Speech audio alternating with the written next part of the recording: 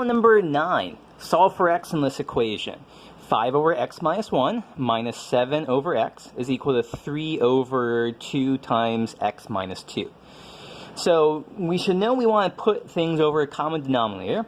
And this might look tricky because it looks like we have 1, 2, 3 different denominators. But our life are made a lot easier if we realize, and we do a little bit of factoring first, and realize that 2x minus 2 is just 2 times x minus 1. So this is 3/2 divided by x minus 1. And so what do we have here? Now we only have two distinct x denominators, x minus 1 and x. So we take this and move this to the other side, just so that it's a little bit easier to work with. We have 5 over x minus 1 minus 7 over x minus 3/2 over x minus 1 is equal to 0. And you want to put everything over a common denominator. So these terms, we have to multiply by 1 in the form of x over x. And this term here, we have to multiply by x minus 1 over x minus 1. So every term is going to have x times x minus 1 as a denominator. And what do we have upstairs? 5x minus 7x. Then minus 7 times minus 1 is plus 7 minus 3/2 x. And all of this is equal to 0. So how do we solve this equation? This equation is going to be true whenever the numerator is equal to 0 and the denominator is not. So let's just set this equal to 0. Simplifying this gives us minus 7/2 x plus 7 is equal to 0. Or 7/2 x is equal to 7. And so from this we can see that x is equal to 2.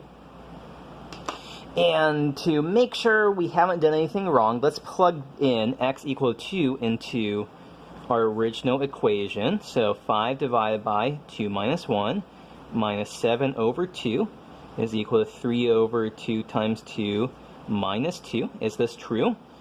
5 over 2 minus 1, 5 over 1 is 5, minus 7/2. 5 is 10/2 minus 7/2 is 3/2.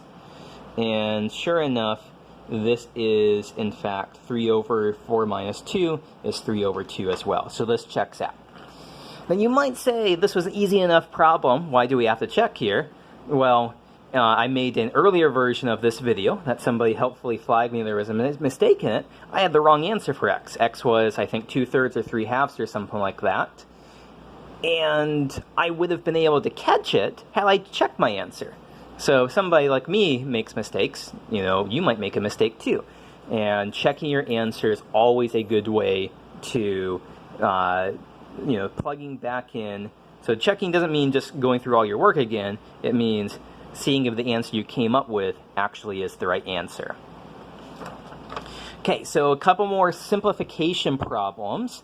10, part A. Simplify this expression here.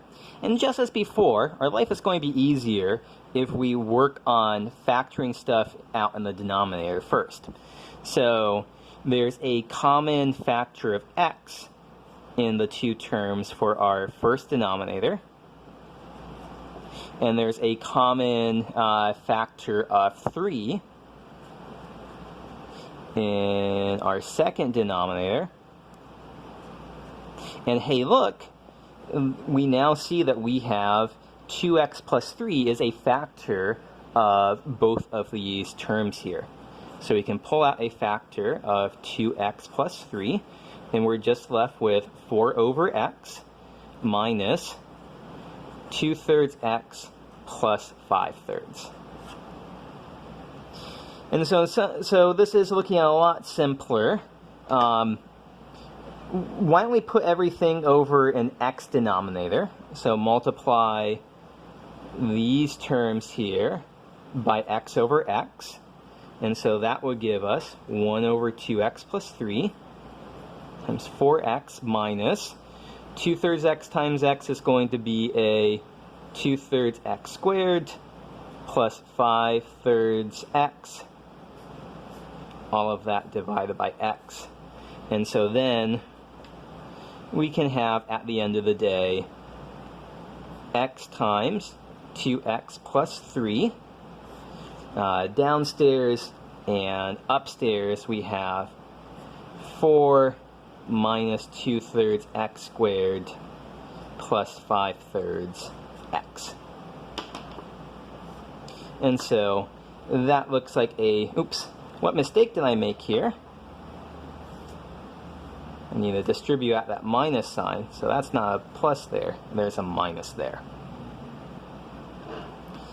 Okay, so one more problem here in the stack, and I have forgotten to, slightly embarrassing here, I've forgotten to write this down here, so let me pull up real quick on the computer.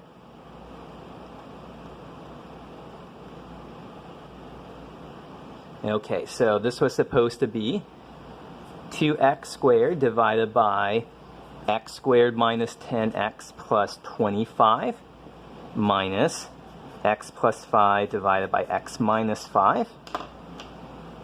And so for this one here, our first job is we factor when we can, and we should recognize this denominator is a perfect square. So this is x minus 5 squared.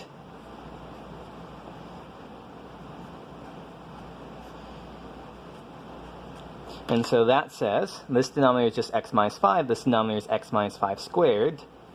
So we need to multiply this fraction by x minus 5 over x minus 5.